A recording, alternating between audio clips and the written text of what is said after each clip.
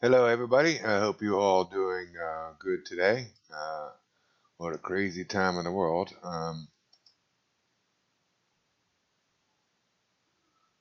I tried to record this last night and tried to post it, but it did not work, and so here I am again redoing this for you guys today. So we are going to get done with the environmental health topic today, and then next week, I think, what do we get into next week? I can't remember. Um, but don't forget your review sheet for this is due on Sunday. All right. So let's get into the PowerPoint and finish this off for us. Okay, so we're talking about environmental health, and last time we talked about different conditions that different toxins out there that affect us. There's both biological and natural toxins and chemical toxins and all this stuff. And the most important thing is remember that the toxins build up in that food chain. This last little slide that we ended up on. So when we put that DDT into the waterways, it gets into the zooplankton and then builds up progressively. So each one of these species higher up on the food chain actually has more DDT in themselves than the ones before. And that's just a process of nature. And if we're not careful, we would be the osprey, right? The next level up. And this is called biomagnification. And determining the health effects of hazards is a complex issue, all right? And we need to let people called toxologists figure this out for us, all right? So they document different patterns and generate a couple of hypotheses, do some field testing, like we learned in chapter 2, I guess it was, put up some controlled experiments in a lab, and then come up with some generally considered safe recommendations, right? And then they pass that on to our politicians, and the politicians makes the laws about how we control these hazards, right? So this biologist Louis Glouet compared blood samples of alligators in lakes that received agricultural runoff, and in those cleaner lakes, they found hormonal imbalances in those exposed to the pesticides. So that's how we get some of the reasons why we say some of the pesticides cause hormonal balances in humans as well. So the males had lower testosterone while the females had higher levels of estrogen. All right. So we don't do a lot of experiments on humans, but we do go out there and test on wildlife and find the correlation between the two. He followed this up with lab experiments demonstrating that different things, different herbicides, including the production of an enzyme that converts testosterone into estrogen. All right, so we have known this for a while now. All right, similar research Tyrone Hayes found similar reproductive problems in frogs that have to treat them well to astrain as well. So male frogs raised in contaminated water became feminized. They became, females, right? And we were going, what's going on here? And we traced that back to the herbicides used in our agriculture industry. And field studies confirmed that Leonardo, the leopard frog, in areas of heavy used areas, had hormonal problems. So you too can go out and do that experiment yourself. All right, just don't put the contaminant in the water. Just go to a place where it's already contaminated, please. Or you can do it into the lab. Okay, that also works as well. Okay.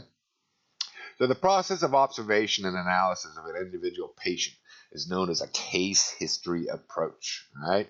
And case histories help us understand disease, but tell us little about probabilities, risk, or population because it's just anecdotal evidence, just one case history of a single individual. So you got to get a lot of case histories together to make it more of a real theory.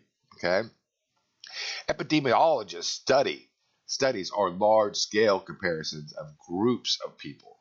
So the doctor at the place looks at just you as a patient, but an epidemiologist looks at all those patients that the doctors has and looks at any correlations of problems that they're having.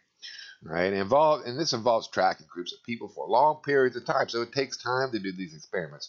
When we try to, when it's been about 5 years since Europe stopped using glyphosate for their wheat production to bring back the bees, right? And now we're starting to finally see these results. It takes a while for these things to happen. All right. The epidemiologist process is akin to a natural experiment, in which experimenter studies a groups of researchers, participants, and made available at some event that by some event that has occurred. And these experiments do not confirm the health hazard actually causes the effect. They're just looking in to see if it does. All right, they got to verify that experiment. Okay, establishing causation requires manipulative experiments that are not ethically possible with human subjects. So we can't really do this on humans. We can't go ahead and poison them with stuff to see if they become males become females. Right, but animals such as mice and rats we do use, and they're used in place of the humans. Okay, and whether or not you think that is ethically proper, that is something that you need to decide for yourself. All right, but there's two sides to this fence, and we need to act reasonable when it comes to these kind of things. Okay. There's also what's called a dose response analysis, which involves quantifying the toxicity of a substance by measuring its effects on animals at different doses. So we'll give the animals different doses of lead and see what happens to them. Okay. The response is the type of magnitude toxic effects the animals exhibit as a result of the dose. All right, so we give them the different size of doses, and then we see what response. We give one mouse a little bit of lead and one a lot of lead, and we see what the difference is. And then that data from this analysis is plotted on a graph and with doses on x-axis, and we have the dose response curve right here. All right, so here we have where the you can get by, I guess. Okay, so 50% linear dose curve is right here. Is the 50% of that. All right, so the amount of substance needed to kill half the population in a study of animals, the linear dose curve is determined at 50%.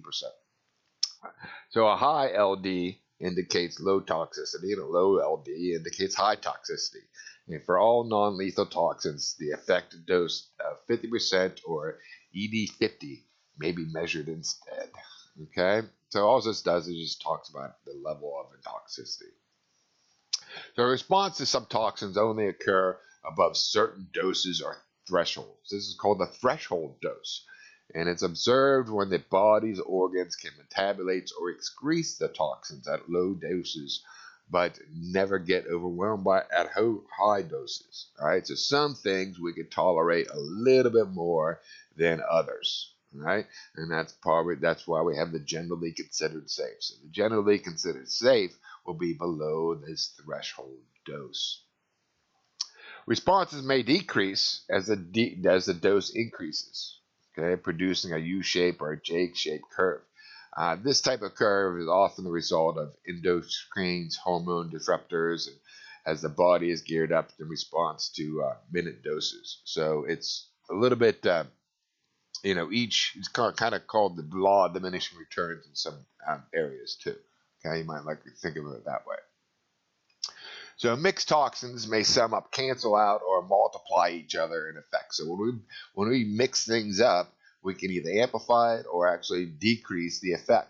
So the DDT breakdown products, DEDE, can either help cause sex reversal or inhibit it in alligators, depending on the presence of their other chemicals out there.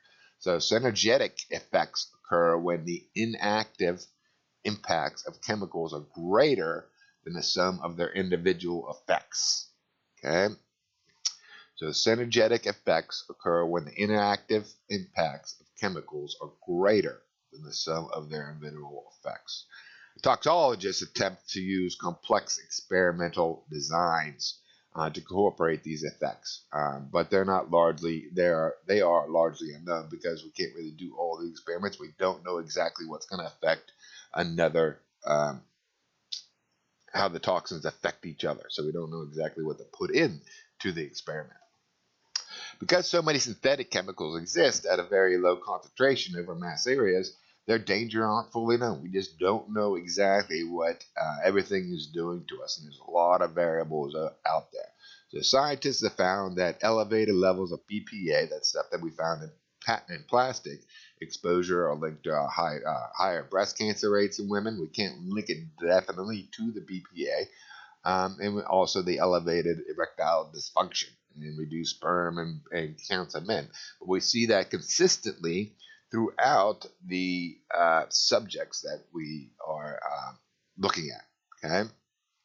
This research is controversial because it is developing a field and poses economic threats to chemical manufacturers. So they don't want to say, hey, if we figure this out, then we're going to have to get rid of this chemical out there, and they don't want that. So they're going to lobby, just like the tobacco companies lobbied to get rid of to not ban cigarettes or increase the age and all that other stuff and sin tax and stuff like that. Okay. So exposure to environmental health threats does not always produce harmful effects, and it produces a statistical chance that damage will result. So nothing is for certain, right? There's no such thing as 100% certainty, but it does present a statistical chance. So you have a statistical chance of 90%. I'm just making this number up because I had no idea of actually getting cancer if you smoke all your life. Because there are some people that smoke all their life and don't get cancer. Okay, and risk is measured in terms of probabilities, which is a quantitative description of the likelihood of certain outcomes. So it's basically that F score that you have in statistics. What's the likelihood of something actually happening? Okay. So the probability that some harmful outcome will result from a given action, event, or substance is expressed in risk. So you got 1 in 7 chance of heart disease and cancer, a 1 in 12. This is for perception of risk. Do not always match the reality of risk. So 1 in 7 chance of getting heart disease and cancer, and 1 in 20 cents or 1 in 27 chance of chronic lower respiration disease. But you have a 1 in 174,426 chance of getting hit by lightning. All right. And we are more scared of lightning sometimes than we are getting a heart disease or that cancer out there. So we try to behave in ways that minimize risk, but our perception of the risk does not always reflect the actual statistic reality of that risk. So people may worry excessively about small risk, but engage in activities that pose a high risk. All right. So we know, there might be, for instance, a smoker out there that was smoking. We know there's a high risk of getting cancer, but then they still go out and worry about, I don't know, Ebola or something like that. Okay. We also, do a lot of heavy high risk activities, getting in the car. All right, that's a very high risk activity of getting in an accident. All right, so motor vehicle accidents 1 in 113. All right, but we never really think about it. So the quantitative measurements, the quantitative measurement of risk and the comparisons of risk involved in different activities and substances are termed risk assessment. All right. So when we're assessing risk in the environment, we have to determine whether the substance has toxic effects, right? That's what the scientists are all there for, to determine and then to educate the policymakers about those risks. Performing dose response analysis, right? Knowing what happens when we give different levels of the toxin to certain lab animals to see what really does affect them, and assessing the individual or population's likely extent of exposure. So how much lead is really out there in the pipes of Flint, and how many families were actually getting exposed. We found out that it was like the whole darn city, right? So risk management consists of the decisions and strategies to minimize risk based on comparisons of cost and benefit. So we always put this into the old economic model of cost-benefit analysis, right?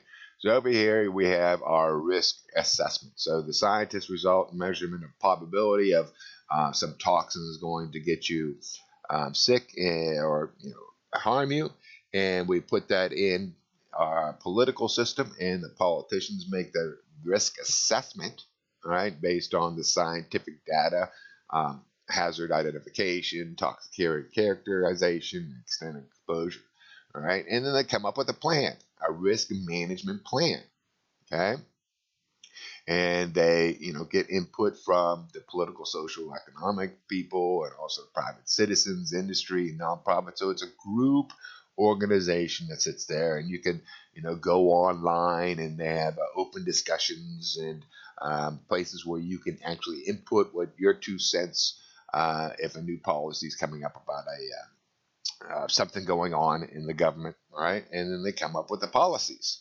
right, and implement those policies to the best of their abilities. In the United States, risk management is handled by the FDA, the EPA, and the CDC. All right, so they're the ones. The Food Drug Administration handles all the food and drugs out there. The EPA, the Environmental Protection Agency, does with the environmental hazards out there. Right, and the CDC, Control Disease Control. It's not Center for Disease Control, helps out with the viruses and things like that. All right, medicine. So Ebola and COVID and all these other things that are going around crazy. All right, and they want to help control those diseases. So comparing costs and benefits is difficult. All right, we're going to have a lot of people throwing different numbers at us. Okay.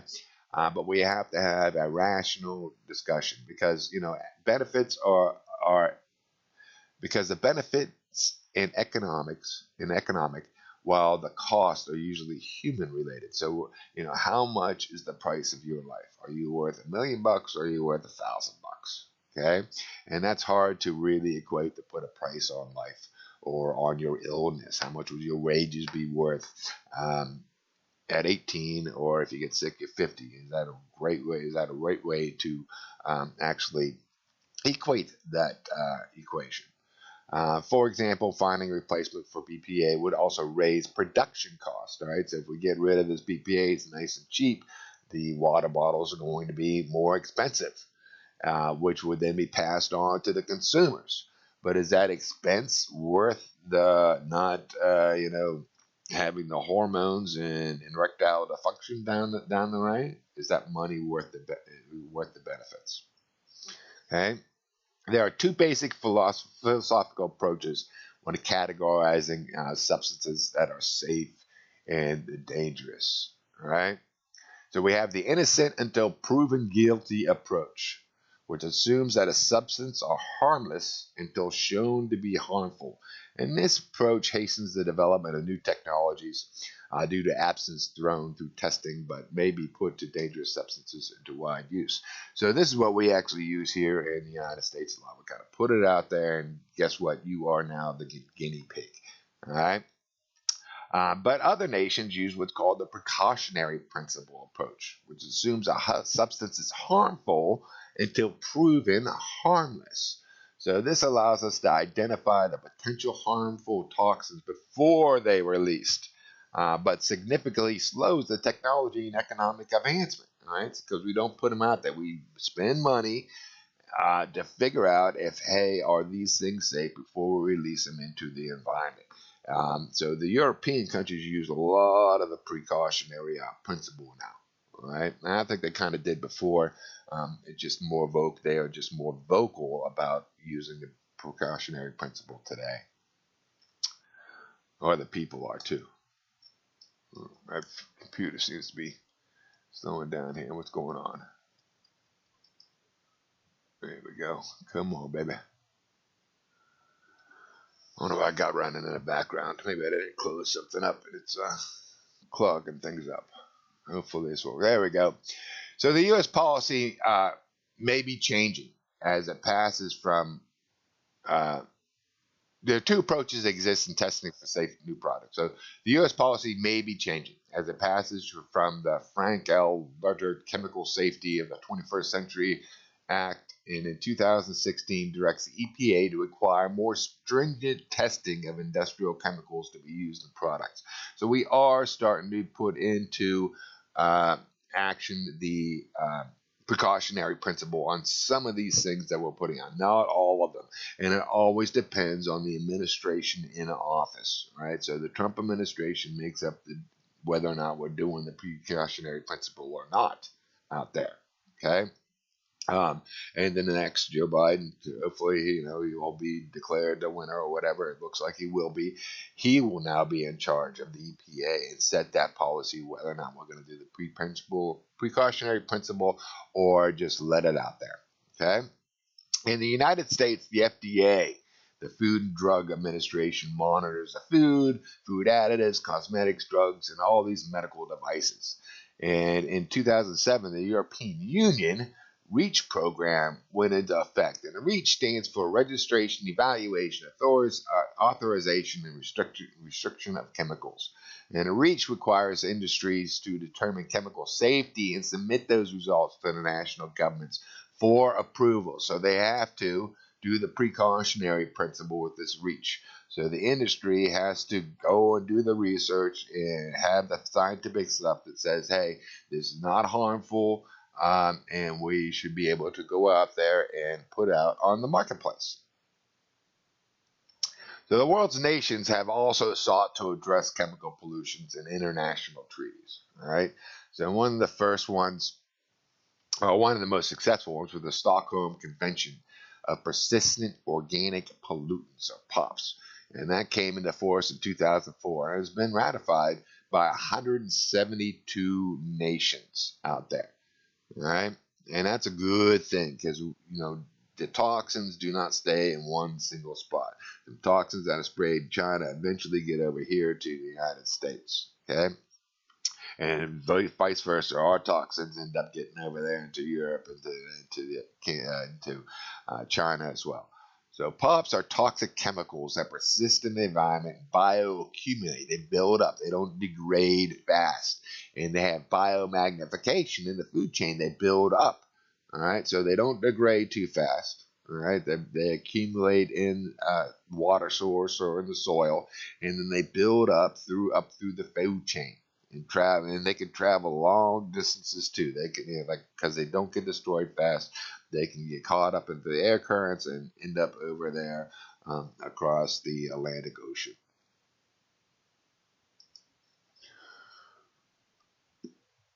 Oops, what happened there? Oops. Where was I?